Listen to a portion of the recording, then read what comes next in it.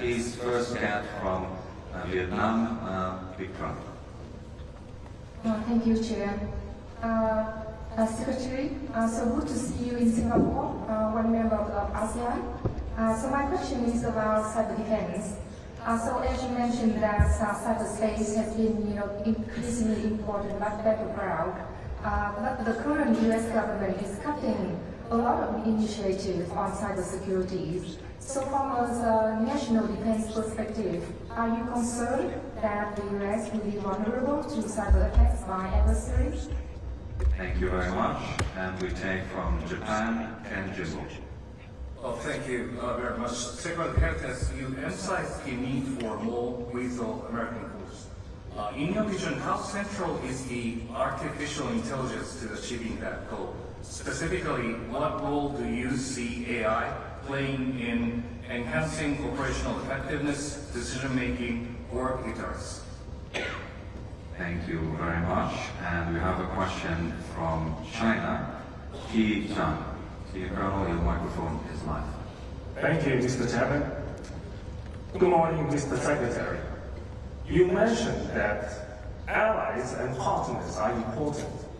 However, in recent years, when the United States set up multilateral alliances or frameworks in this region, such as Quad and AUKUS, it did not include other countries.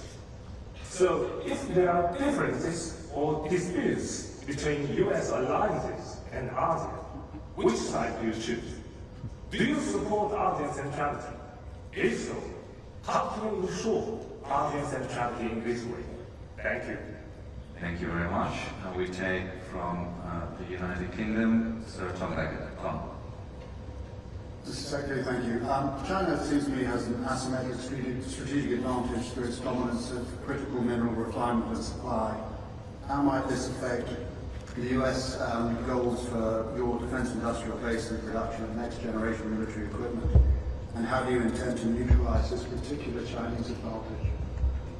Thank you very much, Tom. Let me take one more and then we'll close it and let the Secretary respond. If we can please have from Malaysia, Fikri Rahman.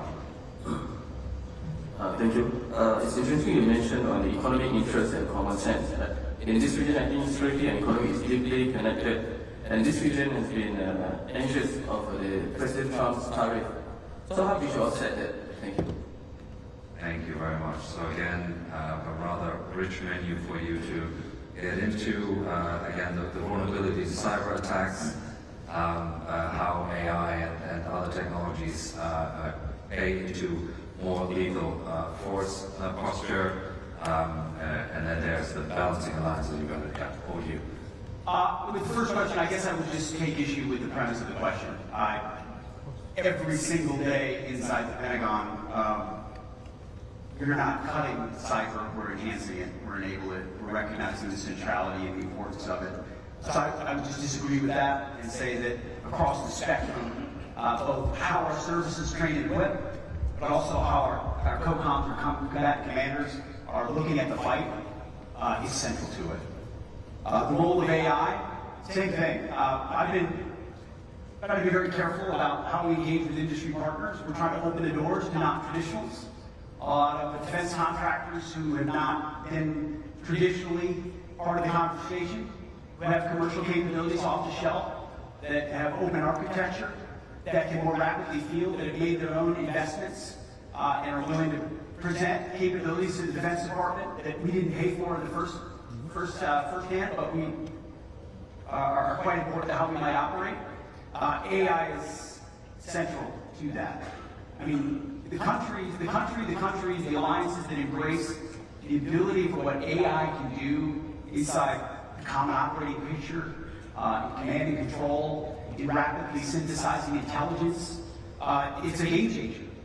For not just for us, but for any country that can field it properly, and with an understanding of how wielding it makes you faster and more lethal in real time. So AI is something we are focused on a daily basis at the Pentagon and looking to integrate throughout our formations. I appreciate the question from China. I would simply say, and welcome that dialogue and conversation, by the way.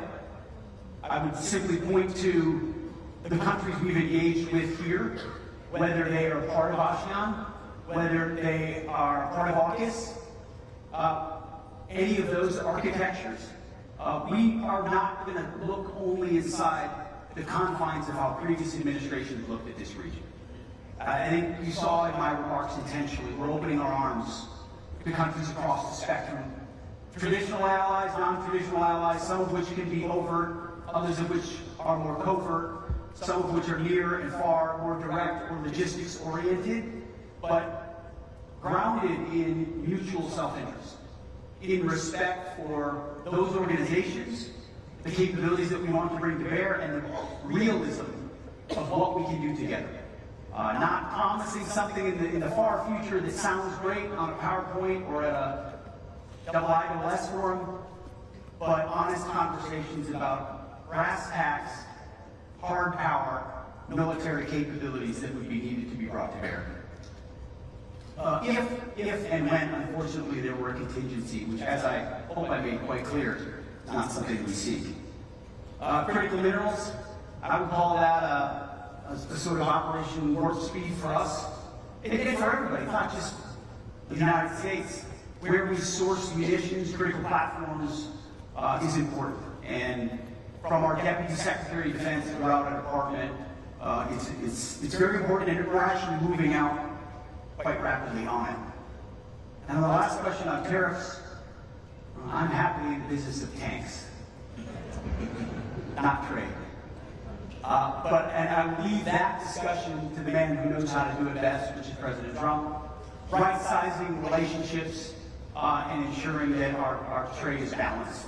And I think that's good for us, for all countries when we do that. Secretary Hegseth, thank you so much. It takes us to the end of our